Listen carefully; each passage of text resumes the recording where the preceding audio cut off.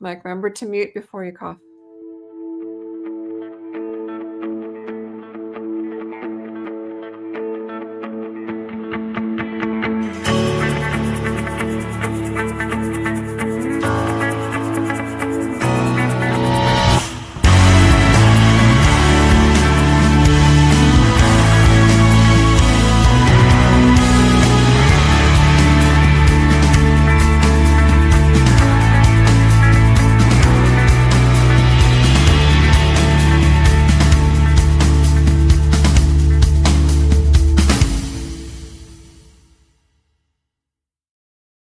Hey, y'all, welcome to The Great Escape. I'm here with my co-host over here, Michael Scott Clifton, and down below we have the incomparable George Dismukes. Welcome.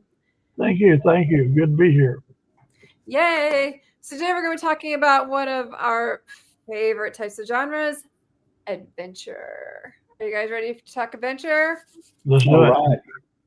Awesome. George has a unique perspective because he's an adventurer himself. Why don't you guys talk about that for us to start, Mr. George? Well, my books are all based basically on things that I've done, not the story so much as the places I've lived. I used to live on the north coast of Honduras. So my first book, Two Faces of the Jaguar, takes place on the coast of Honduras. I had a beautiful house, but it had a small deck. So the one in the story is a beautiful house with a very large deck. That's one of the beauties of being a writer. You can make modifications any way you want to.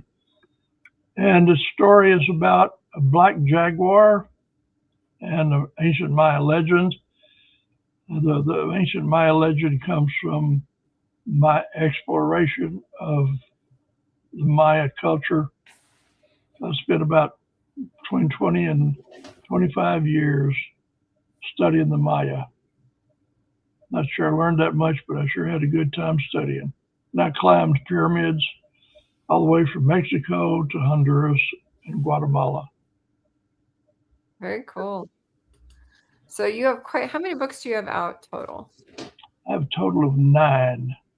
Okay. And there's one that I'm working on, but it's a totally different genre. So it's sort of like walking in the dark to see what I can do with it. Well, we're going to start. Mombi sent our hearts and says, yay, adventure. And the Carter crew is here. Hi, CJ, Mike, and George. Hello. So we're going to take a look at the books that you do have, first of all, and we're going to be going through them really quick. Sure. I know there's quite a few, and they're not quite in order on my screen. So which one do you want to look at first? Well, Two Faces of the Jaguar is the first one in a 4-book series. Okay, and that is... The second one is The Lost City. Well, here's the Two Faces. Okay. And then the next one, which is one we just talked about. So this one's The Lost City, correct? Lost City, yeah. There's a city in the extreme Honduras, East Honduras, known as the Lost City of the Monkey God. That's the actual name of it. And that a lot of the action in this book takes place there. It's a very, very hard archaeological site to get to. Either you have to get there by boat or aircraft, helicopter, or you can go through the jungle. And that ain't a whole lot of fun to do because the roads are, that's sort of a complimentary word. They're not really roads. That's being kind, is that what you're saying? Yeah. You have to get out with an axe or a machete in some cases and knock a tree down so you can get past it. There you go. Nancy's with us today. Hi, Nancy. So what's the next one you want to talk about? Well, the next one that is on the list, or do you want to talk about all the Jaguar books? We can. Okay. Then the next one is called The Jaguar's Quest. And that's where our protagonist kind of turns the corner, and instead of becoming an animal exporter to the United States, he becomes an animal conservationist, and he raises parrots and turns them loose into the jungle. So it's really a different side of his soul that we see, Mm-hmm. and he runs into some problems with people that want him to continue exporting, and the reason is because they're hiding drugs in his boxes that he uses for shipping, and Gotcha. that's one of the reasons he quit, but not the main one. Then Return of the Jaguar is totally different because it does not take place in Honduras. It takes place in Brazil. It's a different kind of a story. He and Andrea, which by this time is his wife, and Naja, the black jaguar, go on a rescue mission with the politician's kids. So, George, if someone wanted to pick up a book in your series, uh, do you recommend they start with book one, or can they pick up the story in book two or book three? I would recommend they take them in sequence because that way they begin to know who the character is and understand him and the way his mind works. Otherwise, it's a little you're kind of picking up in the like being in the middle of a movie. Sure, sure. Yep. Yeah. Gotcha. Well, Lonnie's here. Hi, Lonnie. So the next series we're going to check out is the Siren Song, correct? Siren Song is my other series. That's a 3-book series. That takes place in the Caribbean. There is a phenomenon off of the coast of Belize, 70 miles off the coast, called the Great Blue Hole of the Caribbean. Mm-hmm. And what it is a hole that goes down something like 300, actually 400 feet. And there are grottos in the walls of the hole, and this is where the siren lives, the last siren on Earth. She becomes paranoid because she's lived there for 2,000 years, and she started to see scuba divers come down, and she gets frightened that she will be discovered and then be killed. So she decides what she needs to do is create a stigma about the Great Blue Hole, kind of like the Bermuda Triangle. And she sets out to do that. But the problem is, even though she can appear as an extremely beautiful woman, she's not. And therefore, her mind doesn't work like a human. And that's where she gets herself into trouble. And then book 2, which is called Siren Song 2. Yeah, there is. This is the reason we did this photograph this way is because this is how she appears, but this is who she really is below the water. Is a continuation of the story. They thought they killed her in the first story, but they didn't. So she comes back seeking revenge. And then book 3, and which is the Siren Hunter. And I've got to say this, I'm very proud of this because my beautiful wife posed, she's modeled for our cover. Mm-hmm. We had a professional model and we couldn't get the expression that we needed from her. And the photographer said, "Man, I need somebody that can look really angry." I said, "I know just a person." So anyway, the Siren Hunter goes after the siren, and she manages to do the job that nobody else can do. Very cool. But we're going to jump into the next book. Nancy says, one of the things I love about George's books is the exotic settings. I get a chance to visit places through his books that I've never traveled to and learned something about them. Well, I want to say something about Nancy Schumacher. She's the one who published my first book, Two Faces of the Jaguar, and part of that series. And she is, if you are trying to get into the book world, she is a good person to know because she is a lovely lady. Very cool. Wow. And she's very kind and understanding of where you are. If you're a novice writer, so she gets you there. She helps you. Paradise by Prison. Paradise by Prison. I don't know where I came up with that idea, I think it was probably in a dream. It's about this guy who wakes up on an island, has no idea where he is or how he got there. Huh. And he has to go about trying to survive. And as he manages to master his environment, his memory begins to return in jagged pieces and reveals his past. Hmm. But the end of the book, I'm not gonna reveal the ending, but I will say this: when it gets down to the end, you better hold on to something. Yikes. Nancy, It will take you to some place you didn't expect to go. gotcha. Nancy says you're too kind, George. Thank you. A pleasure. The last one, Song of San Leon, which I do. I live on a canal in a little village called San Leon, which is between Houston and Galveston. And we had neighbors that lived across the canal from us for 9 years. And they broke up, and he moved into another house on the other side of this little peninsula, another beach house. And in less than a week after he moved, they found him laying dead at the base of the stairs. Hmm.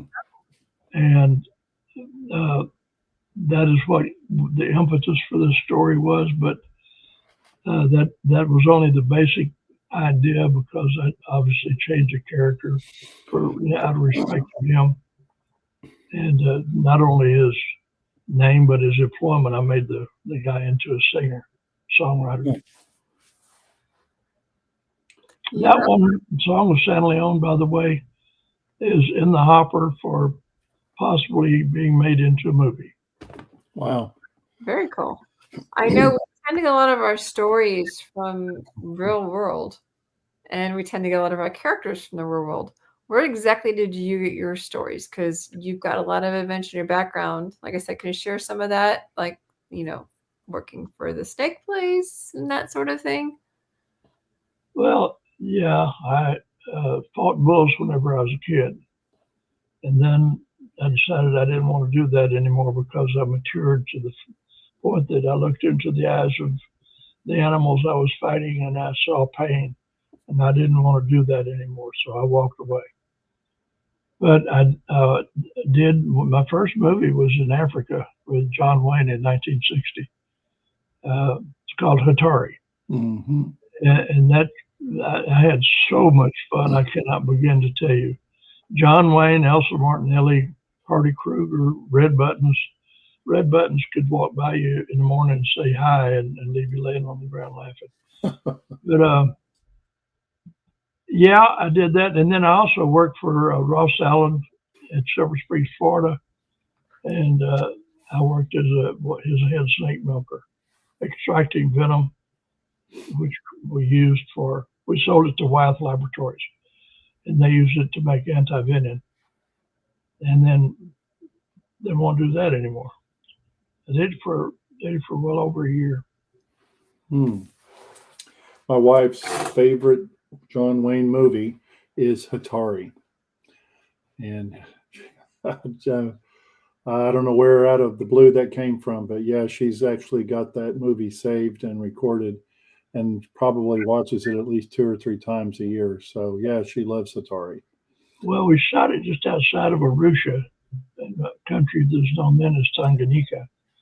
It's now known as Tanzania. And I had a lot of fun. It was an awful lot of work, an awful lot of retakes, and had to throw a lot of film away. Looks dangerous. Looks like that maybe, some of that action could be dangerous since, wild animals are unpredictable. Mm-hmm. Well, that was the reason I got hired to go over there. I was in the bull ring at that time, and there's a big barrel-chested Englishman with a handlebar mustache who showed up at a party one night in Madrid, and he introduced himself as E. Carr Hartley, and he said they're shooting a movie at my compound, and they're having a problem because the rhinos keep turning over the camera trucks. movie cameras aren't the kind of thing you could go down to Walmart and replace. So they said that they wanted to find out if a bullfighter could use the same technique to try to distract a rhino as you would a bull. I said, don't ask me. But I was a candidate for that job because I spoke English. And so I was having a rough time in Madrid anyway, to be honest with you. So they gave me a chance to bow out with honor, and I got on a plane and went to Africa. Hmm. And it's the most welcome, exciting, and wonderful experience of my life. Now, you didn't just play with animals, though. You were actually a producer as well, correct? Well, I opened, I opened a production company in Houston, 1980, and produced. I started with TV commercials and PR programs and training films and so forth, but also got into producing small budget, independently produced movies, and it was good. I think I probably enjoyed the TV commercials more though. And I did a series one time on prevention of child abuse. It was funded by the state of Texas, Mm-hmm. and we had a blast doing that because I enjoyed what I was doing and what I was doing it for. And I did Cleo on that one. So, George, getting back to your books, because I get asked this quite a bit, and I know you do as well, CJ.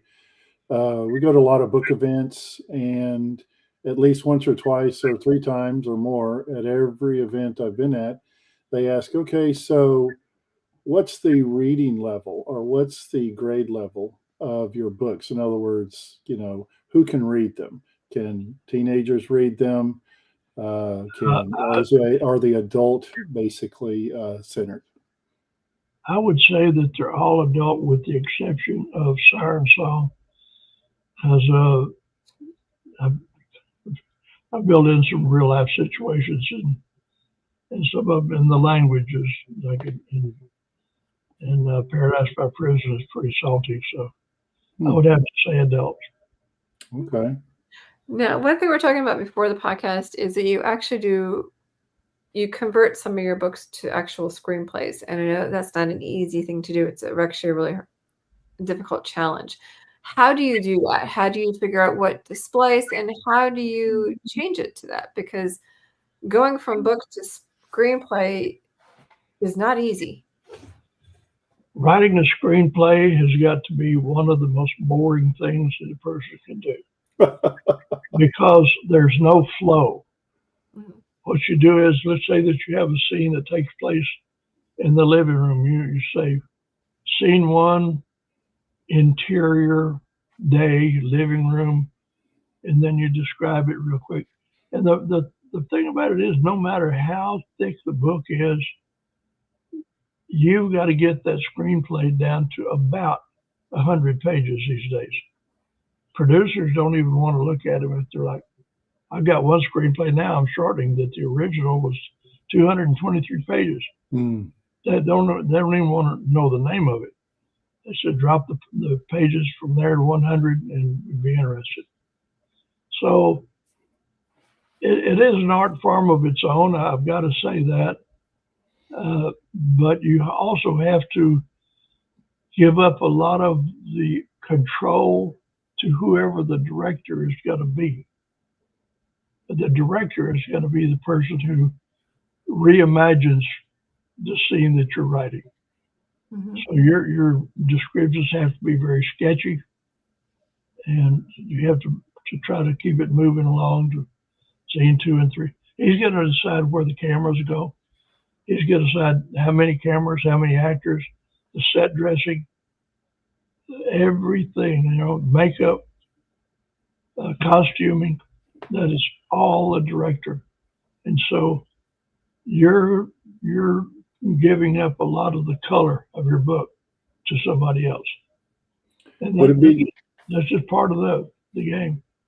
Would it be a fair statement to say, because I've heard that about screenplays as well, that they're severely condensed, usually in 3 acts.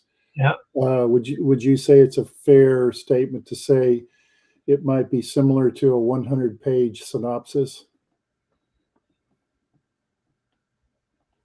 I would put it more like a treatment, not a synopsis. Okay. Okay, which is more involved. You know, a synopsis might be 2 pages long. The treatment might be 30. But it would come a whole lot closer to being a treatment. Mommy Rella wants to know, so you don't get a lot of say once you create a screenplay out of it? I'm sorry? So you don't get a lot of say once you create a screenplay out of it? No, after you create the screenplay, you're sort of kissing it goodbye. So George, I'm kind of fascinated with this because, you know, you see at the Academy Awards, there's an award for best screenplay. So what would it take for a screenplay to win an award like that? What are the elements that make it such a great screenplay, that make it such an award-winning work? Your choice of words and your descriptions of scenes. The more information you can convey in the fewest amount of words. When I went to school to learn how to write screenplays, and when I did, they made us study the screenplay from the bridge on the River Kwai. That was our textbook, and we read that thing, I bet you, 16 times. And I would suggest that anybody who decides that they want to start writing screenplays do the same thing. Use that as your textbook. Wow. That was a Academy Award winning movie, wasn't it? Yeah. Yep. Long time ago. Yep. 50s, 60s, around there. Yeah. We have a few minutes left, but there's 2 questions. One of them, partners want to know, can you tell us about the dog rescue event you are planning? And you need to do it in just a few minutes if you can. Thank you very much. One of my passions is animals. I love them. And maybe I'm trying to make up for what I did whenever I was in the bull ring, but I don't think so. And I especially love dogs. So we started having a dog fair once a year. And last year it was in July, wrong time to do it. People are still baking cookies in their mailboxes. So it's not a good time for an outdoor event. This year it's going to be in May, and we're going to do it every year. Our purpose is to not only bring awareness, but also to raise money for some of the local shelters, no-kill shelters. Mm-hmm.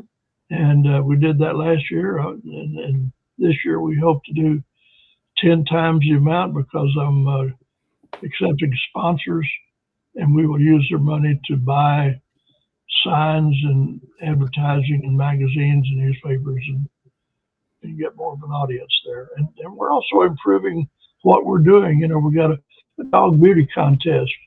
We have a dog obedience contest and 2 or 3 others. And we're having people there that give things like low-cost vaccines. Oh, and, nice. Yeah, and nail clipping and 2 or 3 other things. And selling dog products, you know, leashes, and so some very good things. We're trying to make it as exciting as we can. I'd even like to have a sort of a little band there, but it's outdoors. I don't know how well they could, you know, be heard. Did you mention where it was? I don't know. I don't remember if you did or not. You know what? Did you mention where it was? I don't remember. It's in San Leon. It's at a place called the Sunset Lounge, and I know whenever you hear the word lounge, you think about. But this place has expansive green lawns, outdoor patios, and they hold events there almost every weekend. We had to book way in advance to get what we wanted. Okay, cool. So my second question is, if you had advice for anybody who wanted to write in the adventure genre, what would it be? You got to come from the heart first. It's got to come from the heart. I can't say that strong enough. And then after the heart, join with that the experiences that you've had. Now, perfectly legal to expand on those experiences and with your imagination, things that you may not have done. But that's the nucleus. You gotta have heart. Mhm. Writers don't write for money. They want to make money, but that's not what makes them write a book. They write because of this. Definitely. And I have one more question. It's always a question we ask our people.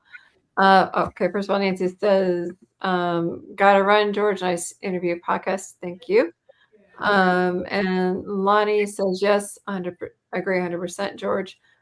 We tend to ask our people, are you a planner, pantser, or somewhat of a hybrid? I'm definitely not a planner. Whenever I start writing a story, it comes out just. So I'd have to say Panzer. All right. Or among pantser company. Yeah, that if you start planning it, then that takes a lot of the heart out of it. Agreed. And I write from the corazón, puramente del corazón. Sí. That's good. Puramente from the corazón. Well, you've been a real treat to have, George, as always. And I love it. Whenever I get into a book, I'm sorry? Okay. I hear what you said. What'd you say, George? Oh, well. The Carters say, thanks, George, CJ, and Mike. Well, thank you, ma'am and sir. Becca says, thank you all. Or Lonnie says, thank you all. Thank you. George, you've been a treat to have. You can find him mainly on Facebook. He's actually on LinkedIn as well, I found out. But he's usually on Facebook. You can find him. There's a link down below for his website where you can find his books. It's been scrolling across. We've also put the link in our YouTubes as well as on Facebook. You can find it there as well. Next week, we're going to be talking about a hot topic of AI in writing. I've seen this all over the place. I have made sure to save certain posts where different editors are talking about it, as well as different authors. It is definitely a hot topic. Make sure to tune in next week at 4 o'clock on Wednesday to learn more about it. Kathy says, great interview, George. So make sure to check in next week when we talk about AI in writing and what it looks like for the future. And, is it good, bad, ugly? We'll find out next week at 4 o'clock. Thank you, George, for joining us. I've loved it. Thank you very much for having me. Bye. Next week, 4 o'clock, same time, same sandbox, book world, Great Escape. Everybody have a great week.